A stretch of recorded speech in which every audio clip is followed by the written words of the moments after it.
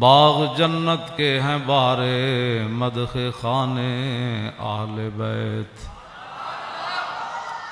تم کو مژدہ نار کا اے دشمنان اہل بیت۔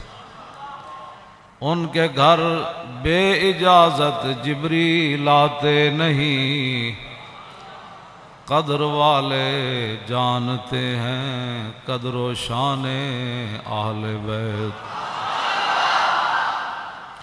اے شباب فصل گل یہ چل گئی کیسی ہوا، کٹ رہا ہے لیلہا تا بوستان اہل بیت۔ سر شہیدان محبت کے ہیں نیزوں پر بلند، خدا نے اور اونچی کی قدر و شان اہل بیت۔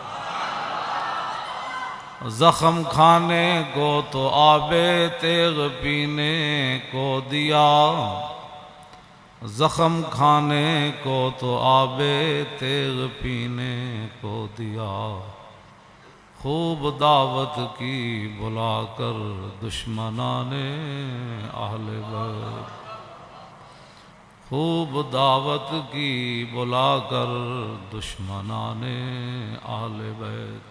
مامون الرشید جو حکمران تھا، انہوں نے قسطنطنیہ کے عیسائی بادشاہ کو، قسطنطنیہ تو سلطان محمد فاتح نے بعد میں فتح کیا، جو آج ترکی ہے، استنبول ہے، وہاں عیسائیوں کی حکومت تھی۔ تو مامون الرشید نے خط لکھا قسطنطنیہ کے حکمران کو کہ یونانی فلسفے کی جتنی کتابیں ہیں اور جو آپ نے نئے نئے علوم ایجاد کیے ہیں وہ ساری کتابیں ہمیں بھیجو۔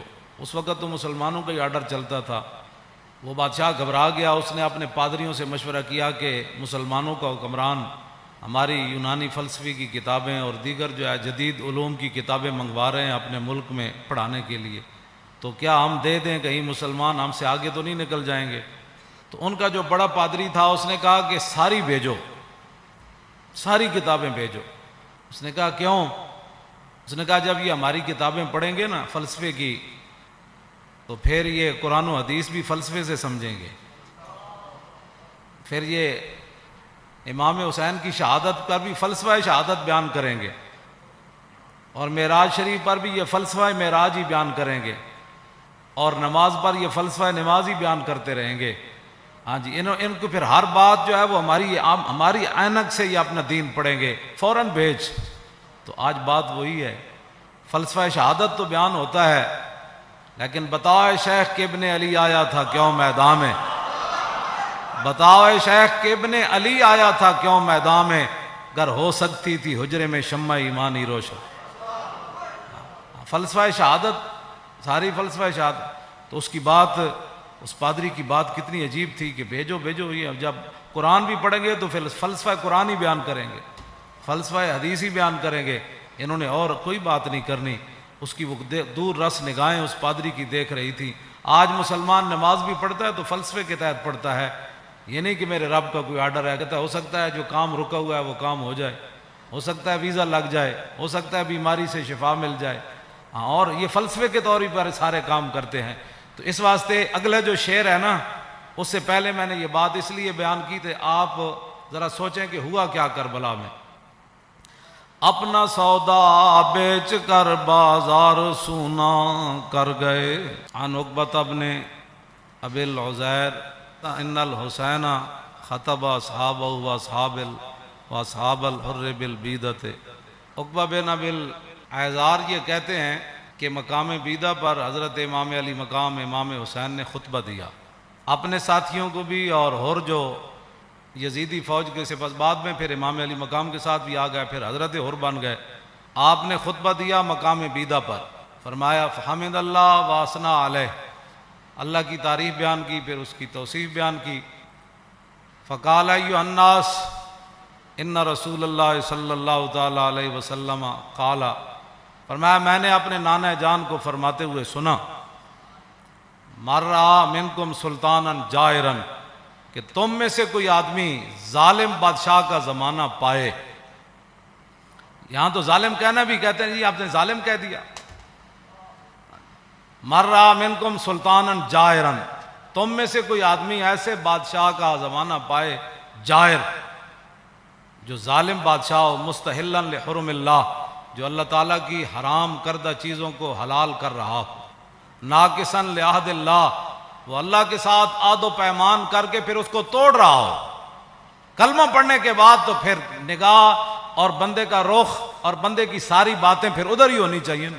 لو جی، مر رہا منکم سلطانا، اے مولا حسین دا خطبہ ہے، مر رہا منکم سلطانا جائرا مستحلا لحرم اللہ ناقصا لعہد اللہ مخالفا لسنت رسول اللہ، اور یعمل فی عباد اللہ بالاسم والعدوان۔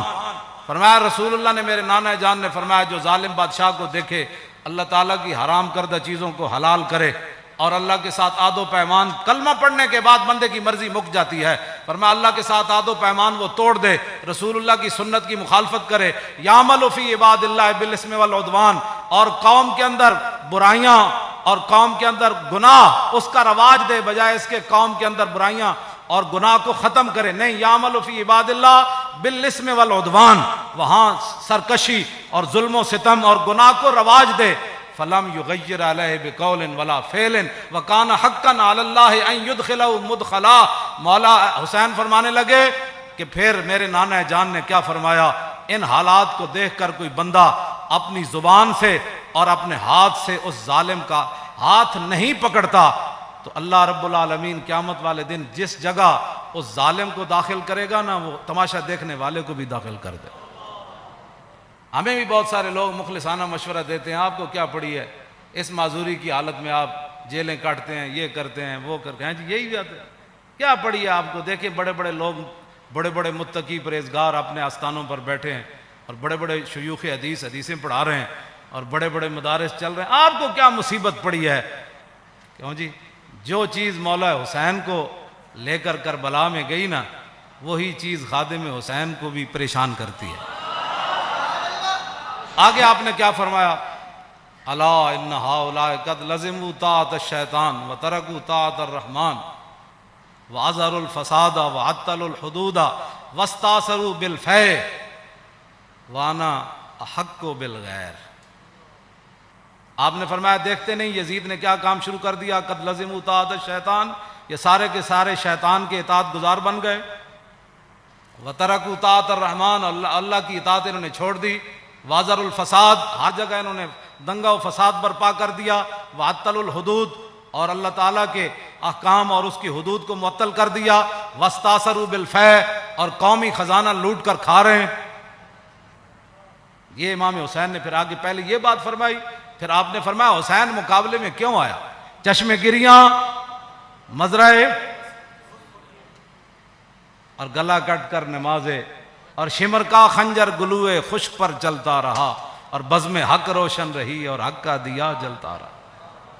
اے امام علی مقام فرمایا وانا حق بالغیر، فرمایا حسین سب سے زیادہ حق رکھتا ہے کہ یزید کے مقابلے میں آئے، میں سب سے زیادہ حق رکھتا ہوں حسین کہ میں تو اچھا۔ اب جو فوج سامنے کھڑی تھی، آپ نے یہ بات تو آپ نے پہلے فرمائی نا، پھر جو سامنے آئے ہوئے تھے نا مقابلے میں، جو کہتے تھے دل تے تواڈے نال لیکن تلوار تواڈے نال کوئی، آپ نے فرمایا قد اتتنی کتبکم وقدمت رسلکم ببیعتکم، فرمایا یہ تمہارے خطوط ہیں جو تم نے مجھے بھیجے ہیں، اور بہت سارے قاصد تم نے میرے پاس بھیجے ہیں، کس بات پر؟ انکم لا تسلمونی ولا تخذلونی، کہ میں جب تمہارے پاس آ جاؤں گا تو تم پھر میرے ساتھ مل کر لڑو گے، مجھے یزیدی فوج کے حوالے نہیں کرو گے، یہ تمہارے خطوط ہیں میرے پاس، انکم لا تسلمون ولا، اور تم میرے اوپر حملہ کے وقت خاموش نہیں بیٹھے رہو گے، یہ تم نے لکھا ہوا ہے اس میں۔ فَإِن تَمَمْتُمْ بِبَيْعَتِكُمْ تَرْشُدُوا، فرمایا اگر تم اپنی اس بیعت پر قائم رہتے ہو تو پھر ہدایت پا جاؤ گے، تُصِيبُوا رُشْدَكُمْ، ہاں جی، پھر تم ہدایت پا جاؤ گے، پھر تمہیں کوئی مسئلہ نہیں ہے۔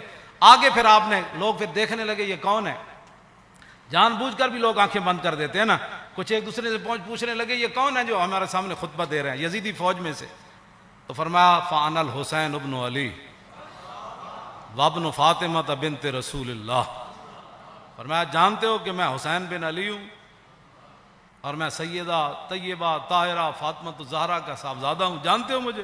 نفسی ما نفسکم والی ما آلکم فلکم فی اسوۃ۔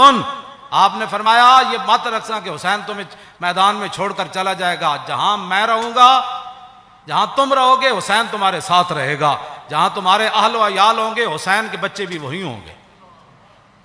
نفسی ما نفسکم والی فلکم فی اسوۃ۔ اے مولانا جملہ بڑا عجیب ہے، فرمایا حسین کی زندگی کیا تمہارے لیے نمونہ نہیں ہے؟ اے میرے بچے سارے میں بھائی ناڑ لے آیا، سارا خاندان لے آیا، حسین کے میرے فلکم فی اسوۃ، تمہارے لیے میری زندگی ایک نمونہ ہے کہ میں سب کچھ دین کی خاطر لٹانے کے لیے آ گیا ہوں۔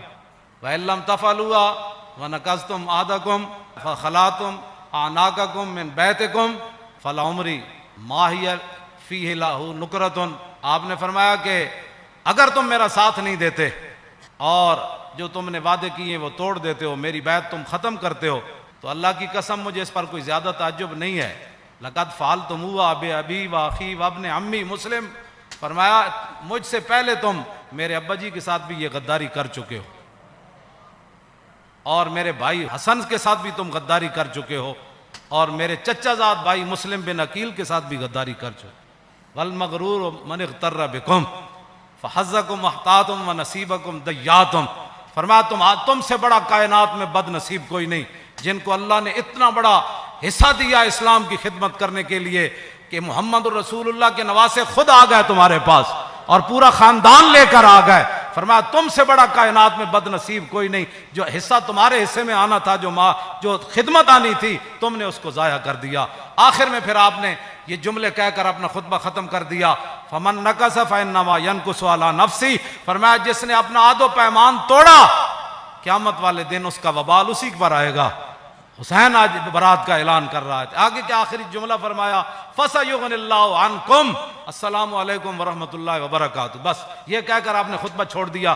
آپ نے فرمایا ان قریب حسین کو رب تم سے بے نیاز کر دے گا، اور پھر السلام علیکم ورحمۃ اللہ وبرکاتہ کہہ کر